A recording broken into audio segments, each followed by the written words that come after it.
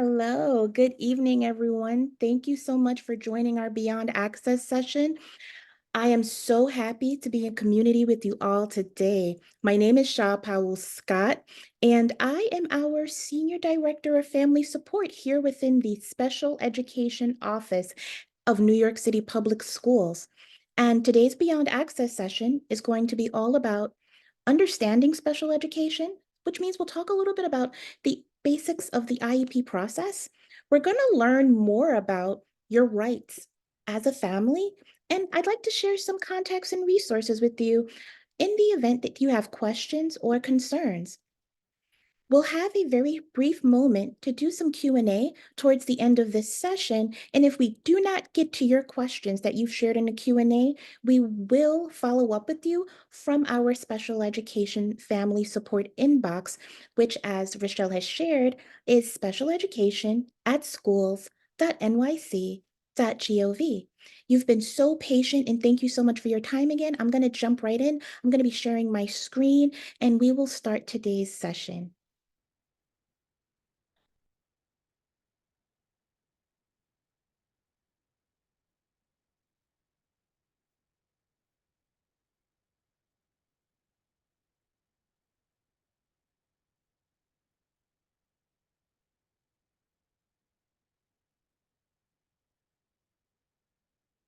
Once again, we are going to discuss the special education process and resources for families.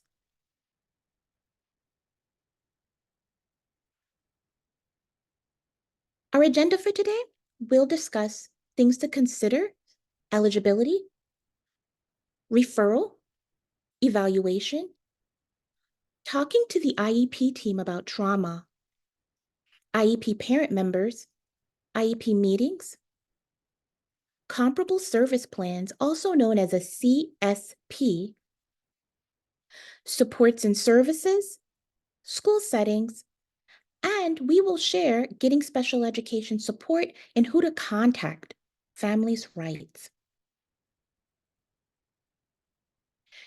And now I'd like to share a really brief video that discusses what is special education. One of the things that you and your child's IEP team will determine together is your child's least restrictive environment. Some children thrive in general education classes, while others need the additional supports provided by a special class or a specialized school. General education settings are considered to be more inclusive as they have a mix of students with and without IEPs. Students may participate in classes with a general education teacher or an integrated co-teaching class with both a general education and special education teacher who work together to plan instruction. Students can also receive specially designed or supplemental instruction through special education teacher support services. Special classes and specialized schools for students with IEPs often have fewer students and have additional adults in the classroom. While special classes are held in schools alongside general education classes, specialized schools only serve students with IEPs. It is not uncommon for children to participate in a combination of these environments. For example, a child might need an integrated co-teaching class for math and a general education class for science.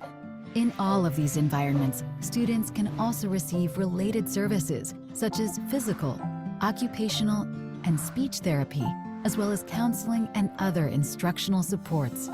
Your child's supports and services may change in intensity and frequency over time to match their strengths and needs.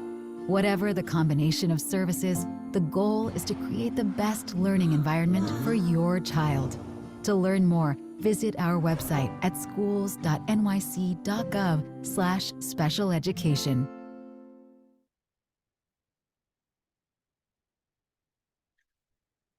Let's talk about things to consider in the special education process.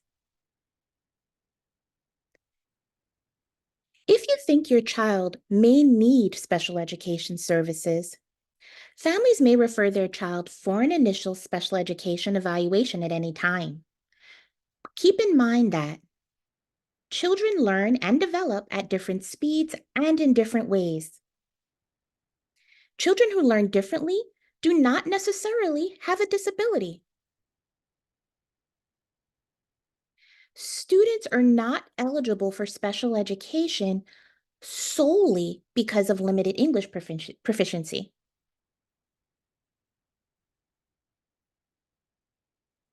Eligibility. A child may be eligible for special education services if they show delays in the following areas that affect their performance in school and or their ability to benefit from the general education curriculum. Thinking and learning,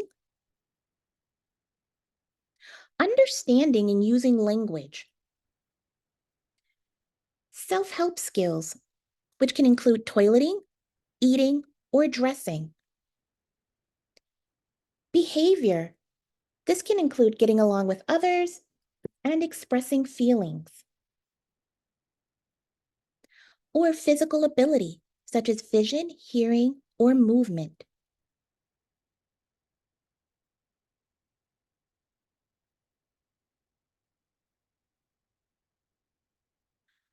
Talking to teachers or care providers. Talk to your child's teachers and care providers. They can share information about how your child is doing in school, and you can share information about how your child is doing at home. Here are some questions to help you think about what to share. What brings out the best in your child? What are your child's strengths, challenges, and interests? What does your child like to do outside of school? What do you do at home to encourage positive behavior and learning? What areas does your child need extra help with? Here are some questions to ask. What are my child's strengths and challenges in the classroom? How do you support my child when they need help? Do you have examples of my child's work that we can look at together? Is my child learning and developing at a rate that's expected for their age? How does my child get along with other students in the classroom? Are there programs in the community that might be helpful for my child? What are some learning activities I can do at home or in my neighborhood?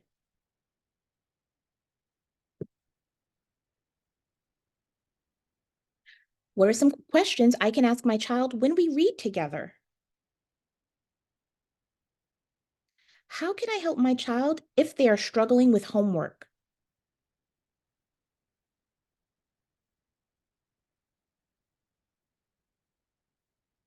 Starting the process. How do we start the special education process? We start with making a referral. For a child to be evaluated or reevaluated for special education services, a referral must be made. How do we make that referral? The referral should be in writing and can be made by your family or a New York City Public Schools official. And that referral should have a description about your concerns about your child's development, their learning, and or their behavior. It should state that you are requesting a special education evaluation. It should list any services that your child has received or may be currently receiving. It should include your child's full legal name and their date of birth, and a name, address, and a telephone number where you can be reached. And it should state your preferred language if it is not English.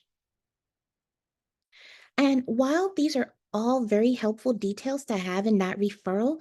There is no magic special language that has to be included in your referral. You only need to state that you're requesting a special education evaluation or you'd like to have your child evaluated for special education services and share that with your school or CSE team. And we'll now actually discuss where should you share the referral. For preschool age students, you're going to email or fax the referral letter to your appropriate district committee on preschool special education team, and that team is also known as a CPSE. For school age students attending public school, you can email, fax, or give the written referral to the principal or a staff member in your child's school. For school age students that are enrolled in a private, religious, charter school, or not enrolled in school, meaning not yet enrolled in school or homeschooled, you would email or fax that referral letter to your local district committee on special education, and we will share a list of contacts for the CSEs and CPSEs as well. You can also email us at specialeducation@schools.nyc.gov or call 311 if you have difficulty connecting with your child's school or CSE or CPSE.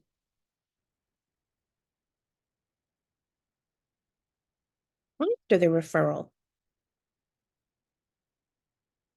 After the referral, preschool age students will receive a referral packet from their CPSE. That packet is going to include a notice that their referral was received, a list of approved evaluation sites, a consent for initial evaluation form, information about families' rights, and it's going to include a medical form. School-age students will be sent a notice of referral letter, and that's going to include a letter explaining families' rights. It's going to provide the name and telephone number of a person to call if there are questions, and it's also going to request a meeting with the school social worker for a social history interview. The interview will be held in the parent's preferred language or mode of communication with the help of an interpreter upon request. Consent. You will be asked to sign a consent for initial evaluation form in your preferred language.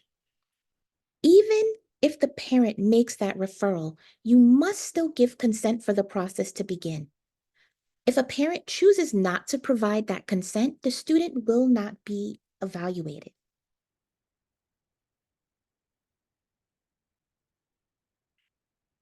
Evaluation. For preschool students, after consent is provided, the CPSE must hold a CPSE meeting within 60 calendar days from the date you sign the consent form. This timeline does not start until you've signed the consent form, and it's important to schedule your first evaluation appointment as soon as possible. This will also help to ensure that the CPSC has enough time to arrange for services to begin promptly, and that's no later than 30 school days from the date of the CPSC meeting and within 60 school days of the date you sign consent to evaluate, or by the first day of age eligibility for preschool special education services. For school-age students, after consent is provided, we have 60 calendar days to evaluate, and if found eligible for special education, 60 school days to place the student.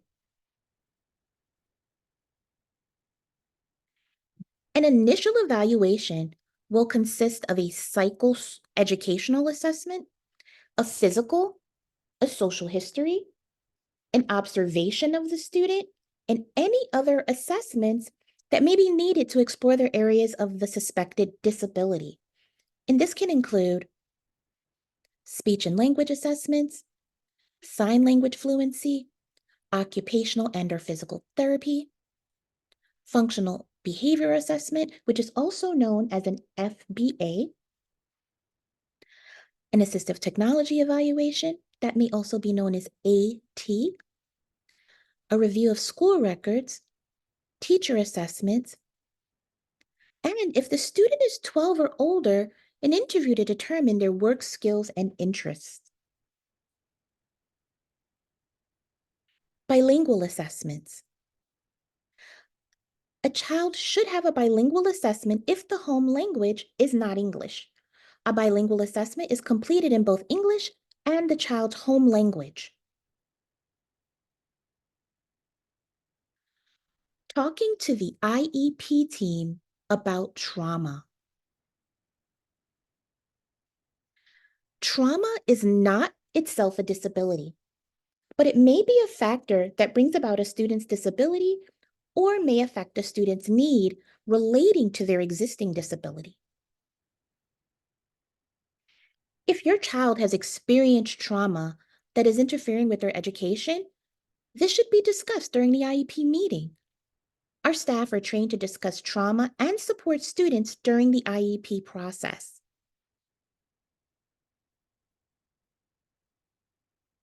If you have concerns about how trauma is impacting your child's educational progress, talk to your child's teacher or school social worker.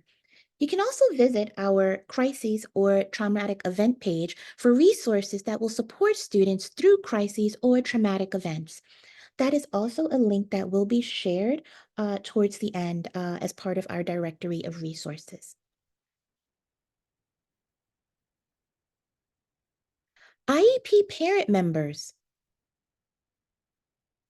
IEP parent members contribute valuable information and support to families who request their attendance at an IEP meeting. Parent members receive training and go through a certification process so that they can assist and support other parents at IEP meetings when requested.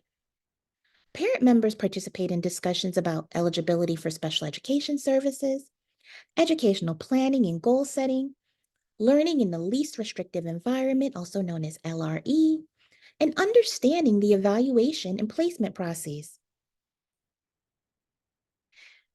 They can help to ensure that the student's family members understand and are comfortable with the IEP team's decisions and have had their questions and concerns addressed.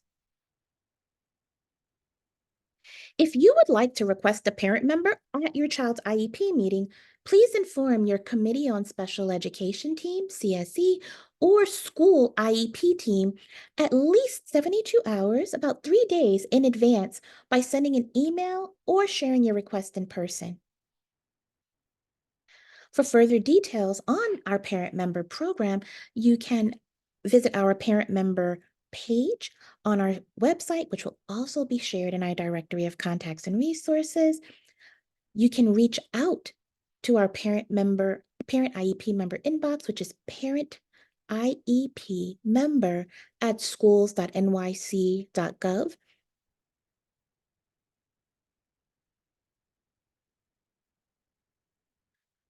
IEP meetings.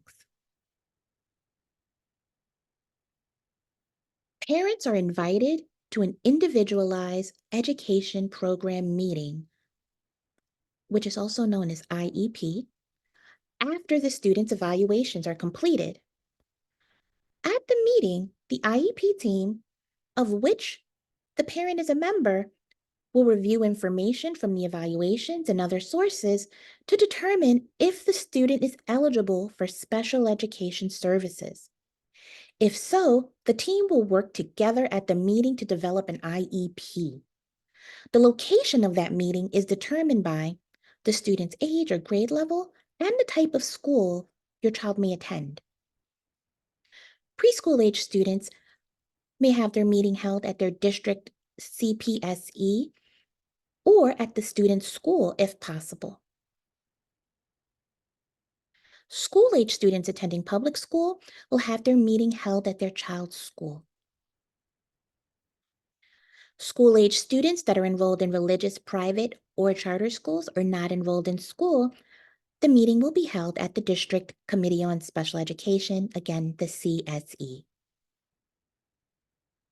If your child is or will be attending a private or religious school in New York City, and the IEP team finds your child eligible for special education, the IEP team will develop what's called an Individualized Education Service Program, or IESP, instead of an IEP.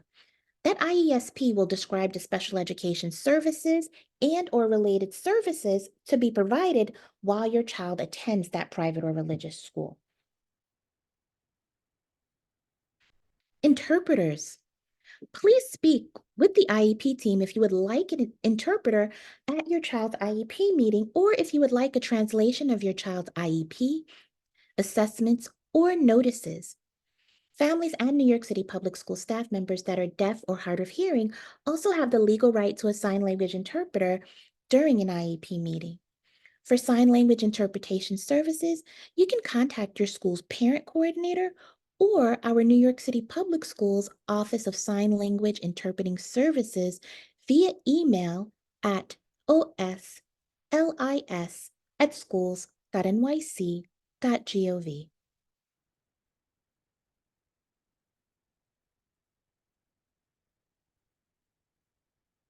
If you are new to New York City, we're going to be discussing a comparable service plan, which is also known as a CSP.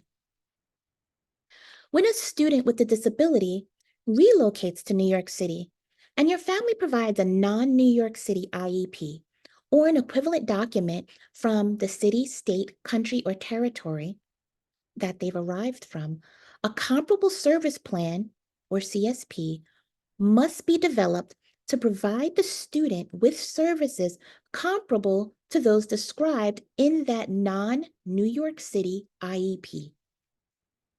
A comparable service plan, CSP, will be created for your child by the new school or the Committee on Special Education, CSE, using information shared by you or the Family Welcome Center. This plan will ensure immediate support for your child. Once your child is attending school, a team will begin the evaluation process for a formal individualized education program, or IEP. You'll be asked for written consent for evaluation so providers can determine the most appropriate supports, programs, and services for your child. And together, you'll create a personalized plan to ensure your child has full and equal access to public education. Let's talk about some of the supports and services that may be available to students found eligible for special education services. Some students may be eligible for what we call other program services and aids, which can be accommodations and modifications, accessible educational materials, adaptive equipment, adapted physical education, alternate assessment, declassification services, paraprofessional services, and travel training.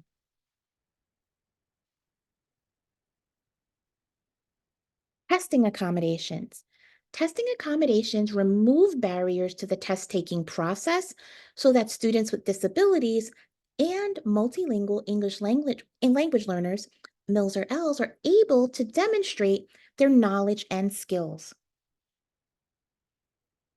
Extended school year services for July and August. Extended school year may also be known as ESY. And ESY services are special education instructional programs and or related services that are provided during July and August, and they're intended to prevent substantial regression over the summer. Extended school year services are different from summer school, and it may also be known as 12-month services. Building accessibility. Accessible schools are located in buildings where a student with a mobility impairment may enter and access all of the relevant programs and services. And this should include their classroom, their science lab, their library, cafeteria, and gymnasium. And there's also at least one accessible restroom. All students with accessibility needs will be provided with an accessible school.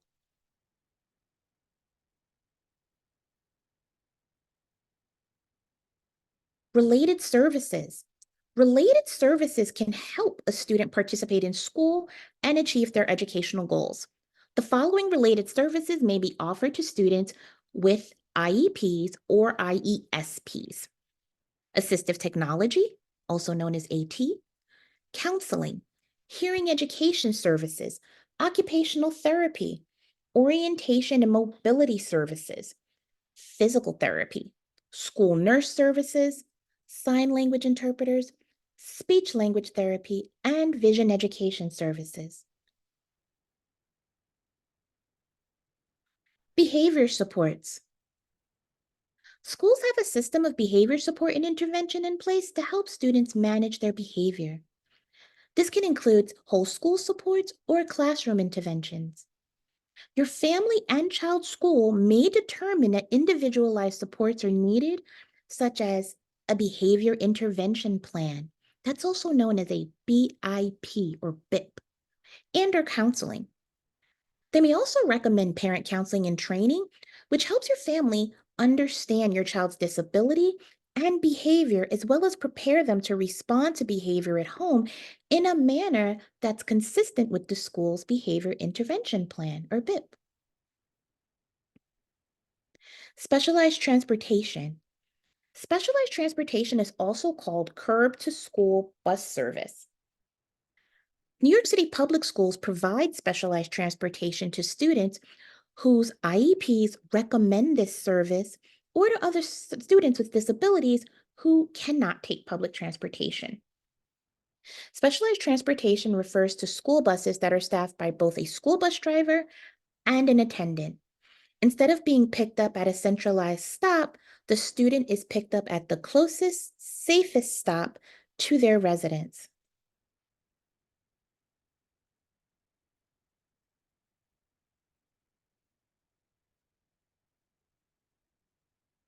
School settings.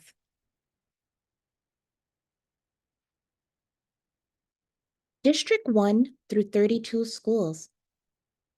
The majority of students with IEPs receive their educational programs in the same schools that they would attend if they did not have disabilities. Specialized programs. Some students may benefit from uniquely designed classroom environments and service models, and these are called specialized programs. Students are selected for specialized programs based on an application process.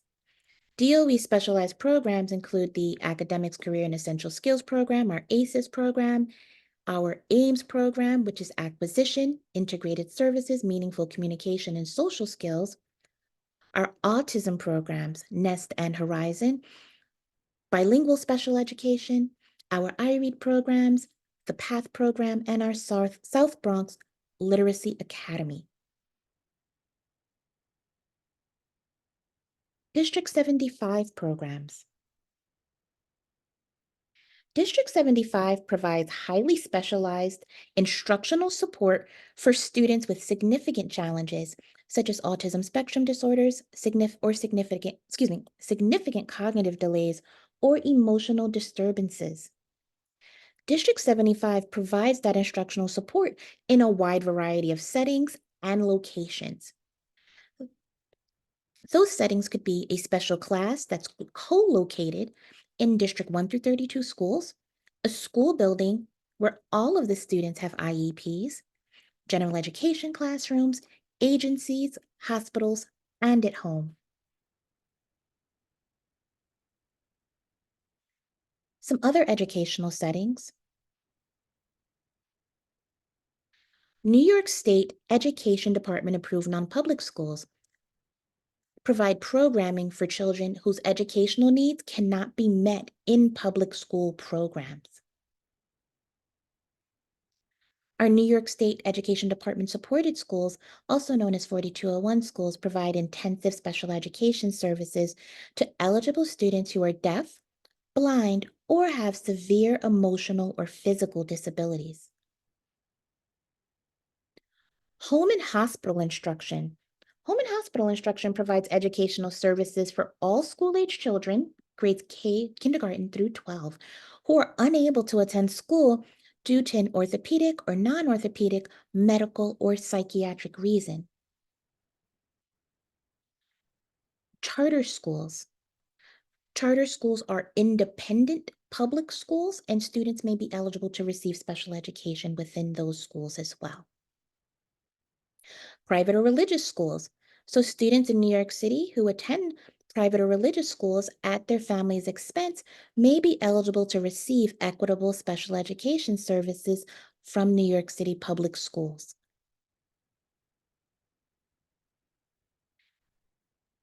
We'll now discuss getting special education support when there's a question or concern. I'd like to share some best practices for sharing information at any time when reaching out about your child's special education services. Please share your child's full name, their date of birth. If you have their New York City student ID number, that's very helpful.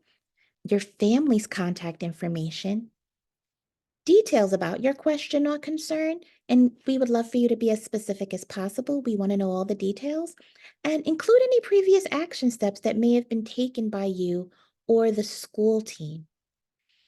And now I'd like to discuss who you can reach out to with those questions and concerns. Speaking to your child's IEP team. In addition to the parent, the student's IEP team can include their teachers or related service providers, the school psychologist, a school social worker, and other specialized members which can also include your child's physician. So when there is a special education question or concern, your child's IEP team, their school team, should be your first point of contact. They may interact with your student the most and have a lot of information to share and want to learn more about your questions and concerns. For children that are attending preschool, a charter school, a private or parochial school, or a non-public school, you can contact your Committee on Preschool Special Education, your CPSC, or your Committee on Special Education, your CSC, for special education questions or concerns. You can also receive help from district or central staff. For students in districts 1 through 32, you can reach out to your superintendent's office and their district support teams, and we will share links to all of those contacts. If your child attends a District 75 program, you can also reach out to their superintendent support team. And when your questions or concerns have been unable to be addressed at your school or district level, we invite you to reach out to us at the central office. You can contact our special education family support inbox, that's special education at schools.nyc.gov, and we are happy to learn more about your questions or concerns, and if necessary, escalate for further review and ensure that it is resolved. Now we'll take some time to talk more about your family's rights. Family's rights may also be known as due process. Due process refers to procedures that by law are used to ensure a child with a disability's rights to a free, appropriate public education.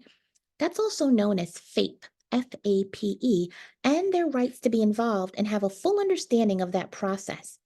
Due process assures that families have the right to be fully informed. Families must be notified in their preferred language or mode of communication of their rights in the educational decision-making process. There are times when you'll be asked to provide consent. Providing consent means that you have been fully informed about the action for which you are providing that consent, that you understand and agree in writing to that action, and that the notification includes what, if any, records will be released and to whom. You have the right to translation and interpretation. You can speak with the IEP team if you would like an interpreter at your child's IEP meeting, or if you would like a translation of your child's IEP, their assessments, or notices.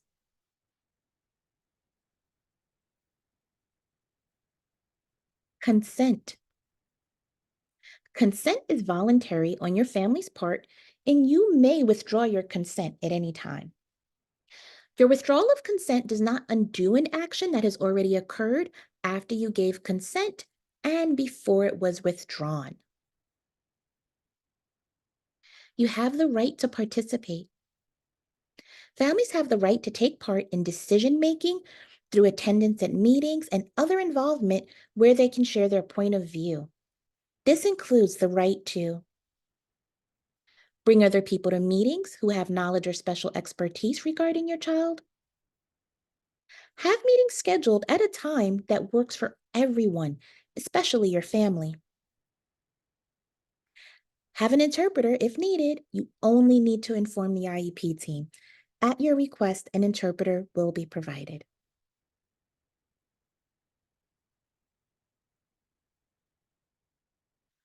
Families have the right to challenge. You have the right to challenge school decisions made regarding your child. You can request mediation. Mediation is a confidential, voluntary process that allows people to resolve disputes without a formal due process hearing. A mediator helps families and the school team work out disagreements about your child's education plan. Request an impartial hearing. At an impartial hearing, a hearing officer listens to both sides and decides what, if anything, went wrong and how to fix it. Resolution meeting.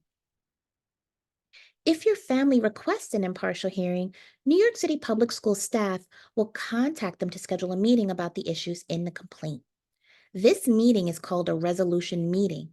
This is an opportunity to discuss the complaint and reach an agreement. If you do not reach an agreement on any or all of the issues in your complaint, a hearing will be held. Families may request mediation instead of a resolution meeting. File a complaint with New York State.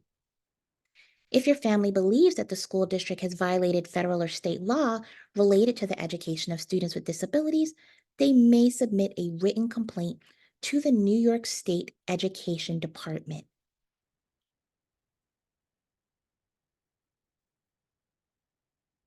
And that concludes our session for today. And now we will transition into question and answer. And I will honor and respect our time and end at 8 p.m. And I'm just going to take a moment to take a look at our questions and answers. And I will read a few aloud.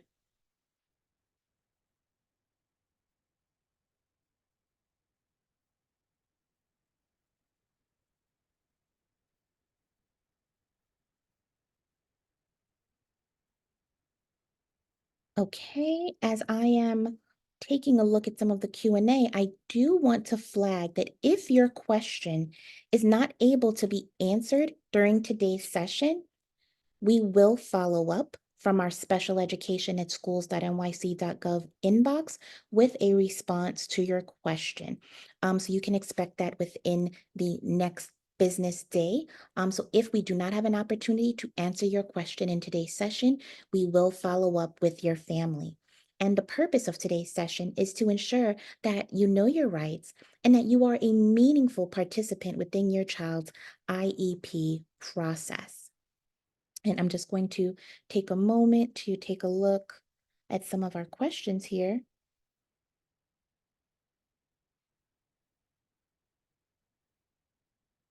And I'll be answering questions that are related to today's presentation. For questions that are very specific to your child's special education needs, I will be answering those questions privately from our special education family support inbox.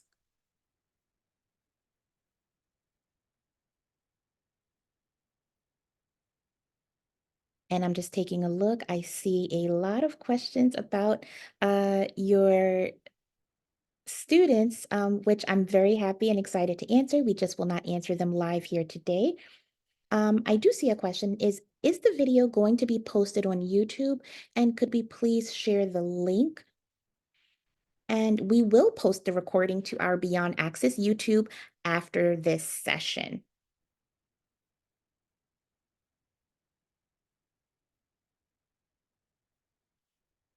And I am looking at some of our questions here.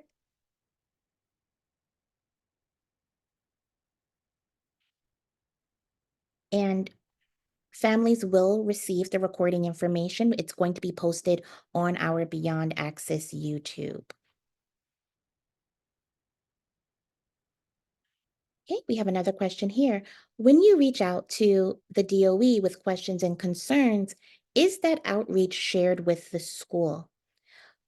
Uh, Typically, we do reach out to our district and school teams depending on what that question is.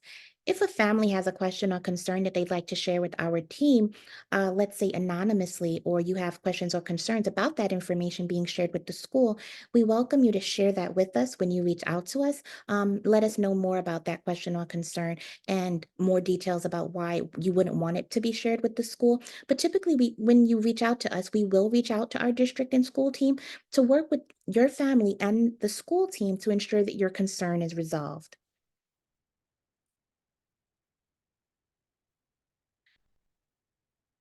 And I see another question here. If I do not agree with the recommendations made by my daughter's IEP team, what can I do? And that actually covers some of the information that we talked about today. So you do have the right to challenge.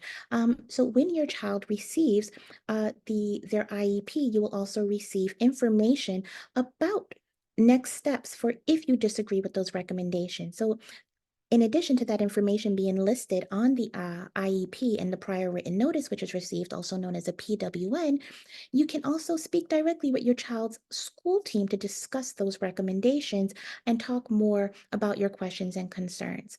And in the event that you're unable to come to an agreement with the school team and you're having difficulty with the process that's listed on the IEP or PWN, we encourage you to reach out to our team to tell us more about your concerns so that we can work with you in the school to resolve.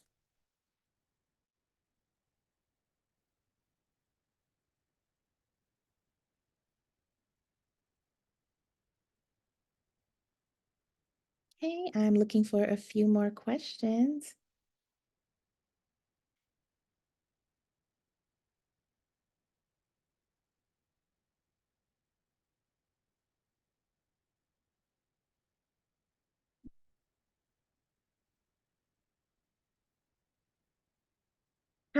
I'm reading one of our questions. How do I know when my child no longer needs special education? That's a great question. And the first thing would be to discuss with your child's special education team. So when you have a question or concerns about your child's necessity for special education, we would encourage you to discuss with the school-based support team who can walk you through next steps if you have questions or concerns, and you believe that your child may no longer be eligible for special education or require those services.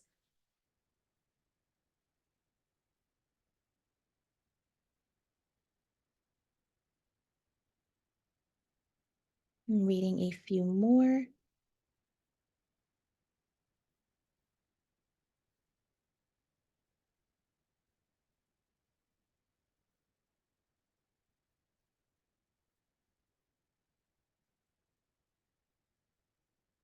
Okay, and just reading a few more.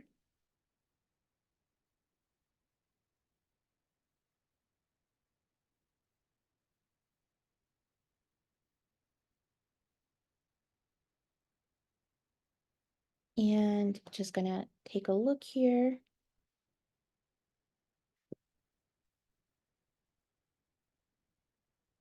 Okay, we have some really, really great questions here. And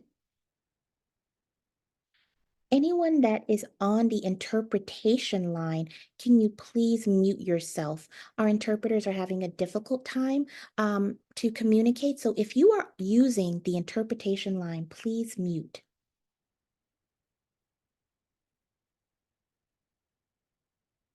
Okay, we have so many great questions. I'm trying to find one that's not specific to a student.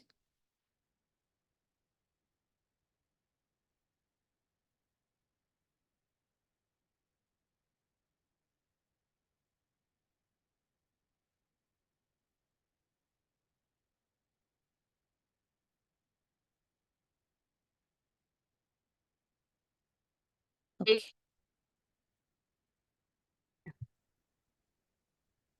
and I see we are coming close to the end. I am time checked here. I see a lot of amazing questions. Our team is working hard to answer them in our Q&A, and the questions that are not answered here tonight will be followed up by our special education team. And you'll receive that email from special education at schools.nyc.gov.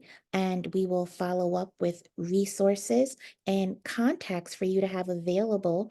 And we hope that you will access our Beyond Access series, our YouTube channel, which has over 100 amazing special education videos sharing resources and information, just like we learned tonight about the special education process, programs, and all of the amazing opportunities we have for students with disabilities here at New York City Public Schools. I thank you so much for your time. I want to honor and respect your time, and we're going to end on time tonight.